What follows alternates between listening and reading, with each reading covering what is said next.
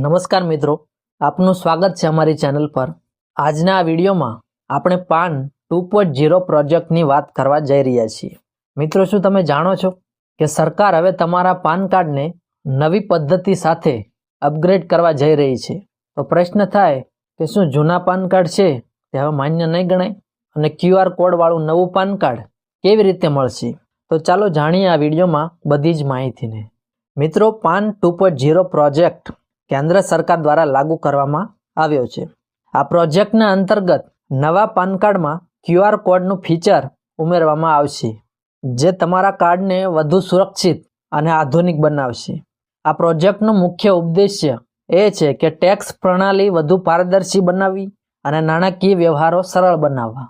તો ઘણાનો ચિંતાજનક એક પ્રશ્ન થાય કે શું મારું જૂનું પાન કાર્ડ હવે અમાન્ય થઈ જશે?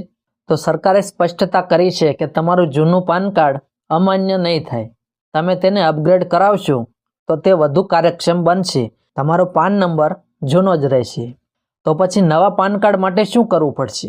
તમારે પાન 2.0 અપડેટ માટે અરજી કરવી પડશે, જે સરકાર દ્વારા નક્કી કરાયેલ ઓનલાઈન પ્રક્રિયાથી થશે।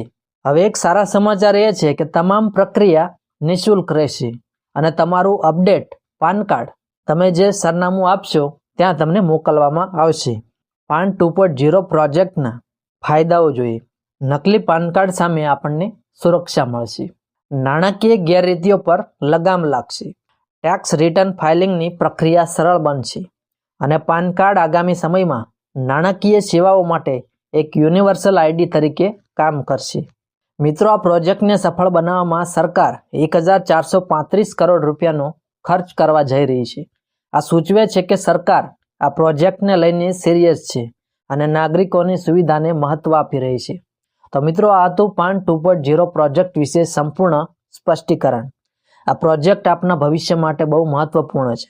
જો તમને આ વિડીયો ઉપયોગી લાગ્યો હોય તો લાઈક કરો, શેર કરો અને અમારી ચેનલને સબસ્ક્રાઈબ કરો।